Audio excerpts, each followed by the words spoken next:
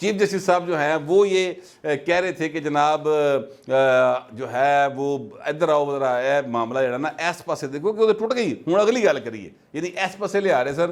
اور پھر اطہر بن اللہ صاحب کا اگر آپ پورا فیصلہ سن لیں نا سر، میں آپ سے عرض کروں تو بڑا ایک مطلب لویٹ کے ریشم کے یعنی اس میں لپیٹ کرنا پائے نے گجیاں ماری ہیں جو باقاعدہ، اور یعنی اگر میں بہت احتیاط سے بات کرتے ہوئے، کیونکہ ظاہر ہے وہ بندہ جہوجہ بھی ہوگا لیکن عہدہ بہت بڑا ہے اور لازم ہے سب کے اوپر کے احترام کریں، اور وہ جو عہدہ ہے وہ اس بات کا متقاضی ہے کہ ان کے بارے میں کوئی ایسی اس عہدے پر بیٹھے شخص کے بارے میں ایسی بات نہ کی جائے جس سے ان کا توہین کا پہلو نکلتا ہو، اور وہ یہ ہے کہ جناب چیف جسٹس پر بدنیتی کا اور مس کنڈکٹ کا الزام جو ہے، میں سچی بات ہے جو میں نے جتنا پڑھا ہے وہ بڑے طریقے سے اطہر بن اللہ صاحب نے لاتا ہے پائندے ہوتے، اور یہ مس کنڈکٹ جو ہے نا یہ سر بہت بڑا ایک چیز ہے جس کے بعد پائنے معاملہ کسی اور پاسے بھی جا سکتا ہے، اور اس کی راہ میں فی الحال جو رکاوٹ ہیں یعنی ریفرنس آ سکتا ہے،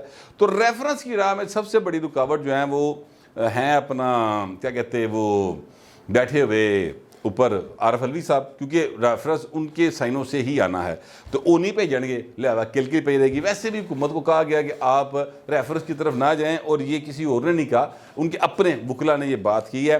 مگر میں آپ سے یہ ضرور عرض کرنا چاہتا ہوں کہ جو سجاد علی شاہ فارمولہ ہے نا، یعنی فارمولہ نمبر 1، وہ سر پکا اپلائی ہونا ہے اس فیصلے کے بعد۔ اب کوئی گنجائش مجھے اور نظر نہیں آ رہی کہ جو ہے اپنا چیف جسٹس اس کو یعنی ان اپنی پا دی جاوے۔ یہ اب اسٹریٹجی حکومت کی ہے کہ ان پائی اپنی پا دے، چیزیں جو ہیں وہ یعنی ان کے اپنے گھر میں ہی خراب ہوتی جائیں۔ باقی میں آپ سے عرض کروں کہ ایک بات اور جو اس فیصلے کے اندر آئی ہے وہ یہ آئی ہے کہ جناب فل کورٹ بنا کر جو سوالات اٹھ رہے ہیں نا غیر جانبداری کے اوپر اور یہ جو ہے اپنا آزادی کے اوپر عدلیہ کی، اس سے بچا جا سکتا تھا۔ یہ اطہر بن اللہ صاحب کہہ رہے ہیں فل کورٹ بنا دینی چاہیے تھی، اور بہترین ابھی بھی میں آپ سے عرض کروں بہترین آپشن ہے فل کورٹ بنائیں، اور فل کورٹ بنا کے الجھ پا جی جج کہن گے جی یہ 3 رکنی بینچ کا فیصلہ ٹھیک ہے تو بس ٹھیک ہے گل مک گئی۔ اگر وہ کہے نہیں ہے 4-3 والا فیصلہ ٹھیک ہے تو 4-3 والا ٹھیک ہے۔ تو آپ اس میں جانے میں حرج کیا ہے، اس میں پرابلم کیا ہے؟ مجھے اب تک نہیں سمجھ آئی۔ ایڈا پٹ سیاپا جو پیا ہوا ہے پاکستان کے اندر، یہ کیوں ڈالا ہوا ہے؟ آخر کیا رولا ہے؟ یہ چیزیں اتنی زیادہ گڑبڑ کیوں کی گئی ہیں؟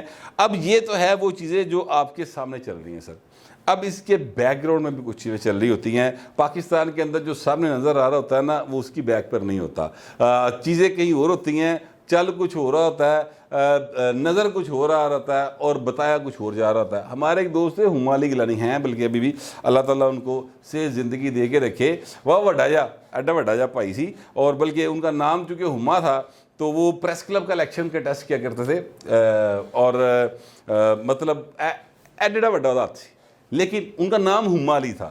تو ہمارے ایک اور دوست ہیں اسار رانا صاحب، بڑے وہ معروف آج کل ہیں، ایک ٹی وی کے اوپر بیٹھ کے پروگرام بھی کرتے ہیں۔ انہوں نے پہلی دفعہ ووٹ ڈالنے کے لیے آنا تھا تو مجھے انہوں نے کہا کہ جو ہے میں نے تو ہما کو ووٹ ڈالنا ہے، کیونکہ لڑکیوں کو ووٹ ڈالنا بڑا ضروری ہوتا ہے، وہ خواتین کو آگے آنا چاہیے، پروگریسو آدمی۔ میں کہا جی ٹھیک ہے۔ اب جناب انہوں نے پوچھا آپ کی تعلق واسطہ ہے؟ میں کہا سر اپنی دوستی ہے، اپنا لو ہے، مسئلے کوئی نہیں ہے۔ وہ پائن فل ٹائم تیار ہو گئے۔ اچھا جی، وہ ووٹ ڈالنے کے لیے آئے، انہوں نے ووٹ کاسٹ کر لیا۔ اب ہما علی کی عادت تھی کہ وہ کوئی الیکشن صبح 9 بجے شروع ہونا ہے تو انہوں نے کوئی 12:30-1 بجے قریب جو ہے نا مسکراتے ہوئے آ کے ایک سائڈ پہ کھڑے ہو جانا ہے اور سب سے ملنا شروع کر دینا ہے۔ اس وقت تھوڑے سے صحافی ہوا کرتے تھے، میں 1993-94 کے دور کی بات کر رہا ہوں۔ تو یہ جناب آگے اپنا اسار رانا صاحب، اور مجھے کہتے ہیں یار ہما نہیں آئی۔ میں کہا یہ ان سے ملے، یہ ہیں جی سید ہما علی شاہ صاحب اور یہ رانا صاحب ہیں، اور پھر بڑے ہاسے پائے، یعنی وہ نام کی وجہ سے اس طرح سے ہو گیا تھا۔ مجھے ہما کے نام سے یہ بات یاد آ گئی، اور ہما کا نام اس طرح سے ذہن میں آیا تھا کہ وہ یہ کہا کرتے تھے کہ جانو چیزیں جو ہوتی ہیں نا اصل میں وہ نظر نہیں آتی، اور چیزیں کچھ اور چل رہی ہوتی ہیں۔ ان کا ایک سٹائل تھا، تو وہ سٹائل بڑا مشہور تھا۔ آج بھی جو اس دور کے صحافی ہیں وہ ایک دوسرے کو جانو اور مائی لو اور چیزیں یہ ساری باتیں کرتے نظر آئیں گے۔ آپ کو بہت ساری لوگ ان سے انسپائر ہیں، کیا عامر متین ہوئے, کیا رؤف کلاسرا ہوئے, کیا محمد مالک ہوئے, کیا حمد میر ہوئے, سارے جڑے نا وہ ان ہما علی گیلانی کے متاثرین میں شامل ہیں. بات دوسری طرف چلے گی. میں آپ سے عرض کروں کہ چیزیں واقعی وہ نہیں ہیں جو دکھائی جا رہی ہیں. اس کے بیک گراؤنڈ میں یہ جو برہمن گروپ ہے نا, ایک دوسرے کا فائدہ چکتے ہیں اور ایک دوسرے کو بلیک میل کر کے جس طریقے سے اپنے خاندان کے لوگوں کو فائدے دلوائے جاتے ہیں یا خاندان کے لوگ اپنے طور پہ فائدہ چک لیندے ہیں. میں اب یہ نہیں کہہ رہا کہ یہ دلوایا گیا باقاعدہ فائدہ, لیکن وہ فائدے جو ہیں وہ لیے گئے اور ابھی تک جاری و ساری تھے. وہ پائن حکا بانی ہو جانا بند, شاید نہ ہو سکے پراپر طریقے سے, کیونکہ ان کی مطلب ہے کہ باقاعدہ طور پہ خاندان دے جی 2 ایم این اے نے پائے, ٹھیک ہے, لیکن اور ہیں بھی نون لیگ کے ایم این اے. معاملہ یہ ہے کہ ایک ڈیل ہوئی تھی سر کہ ہم آپ کے 2 ججز آنے دیں گے اور آپ جو ہے وہ ہرڈل نہیں کریٹ کریں گے. یہ ڈیل ہوئی تھی باقاعدہ, اور ڈیل کرانے والوں نے ڈیل یہ کروائی تھی, اور وہ جو ڈیل ہے وہ سر پراپر طریقے سے اسے مکر گئے اور اس کے اوپر عمل نہیں کیا گیا. جنہوں نے عمل نہیں کیا نا وہ فیصلے دے رہے ہیں اور حکومت نو گٹیوں پھڑیا انہوں نے, بلکہ گٹیوں کی گل میں پھڑیا ہے, ٹھیک ہے. اب ان کے ایک داماد ہیں, کل وہ عمران شفقت صاحب نے اس پر بڑی کھل کے بات کی ہے, میں نے ذرا لکے چھپے انداز میں کر دی تھی, تو چونکہ عمران کر گیا تو پھر میں بھی تو انداز دینا. ان کے ایک داماد ہیں, وکیل ہیں, وہ سر ان کو مطلب وہ سول کے وکیل ہیں اور ان کو کروڑوں روپے کے کیس, کیا ڈی ایچ اے, کیا ایل ڈی اے, کیا فلانا, کیا ٹماکا, ان کو کیس ملنے شروع ہو جاتے ہیں.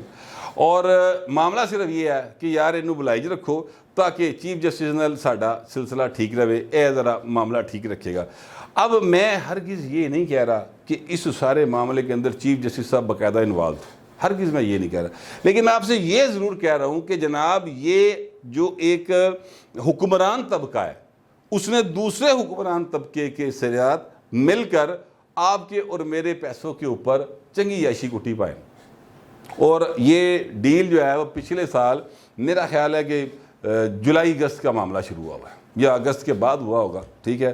اور وہ جناب معاملہ چلتا رہا ہے, وہ 5-7 مہینے تو لنگ ہی گئے نا, چنگے پلے واہ سارے گیلے چیلے کٹھے کر لیتے گئے نے, ٹھیک ہے.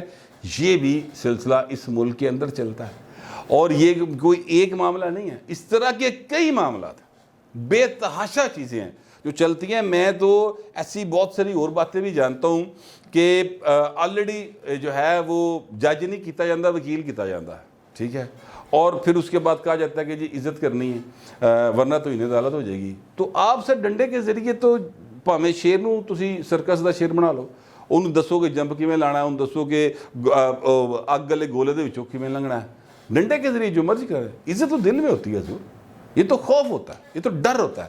تو اگر آپ کے حالات اور کرتوت و حرکات جو ہیں وہ بہتر ہوں تو پھر لوگ دل سے عزت کرتے ہیں.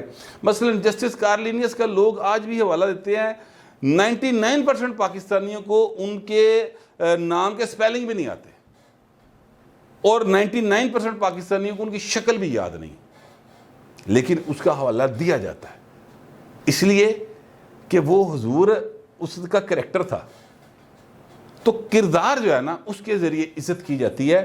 جسٹس منیر کا بھی لوگ حوالہ دیتے ہیں, اسی طرح اس کو بھی لوگ نہیں جانتے, نہ شکل جانتے ہیں نہ جناب اس کے جو ہے باقی چیزوں کے بارے فیصلے کا بھی پراپر نہیں پتا, لیکن اس کا حوالہ دیا جاتا ہے غلط کاموں کے حوالے سے اور جسٹس کارلینیس کا حوالہ دیتا ہے درست اور آزاد اور خود مختار اور غیر جانبدار فیصلوں کے حوالے سے. تو یہ معاملہ جو ہے نا یہ اپنے کردار سے عزت کروانی سیکھنی چاہیے.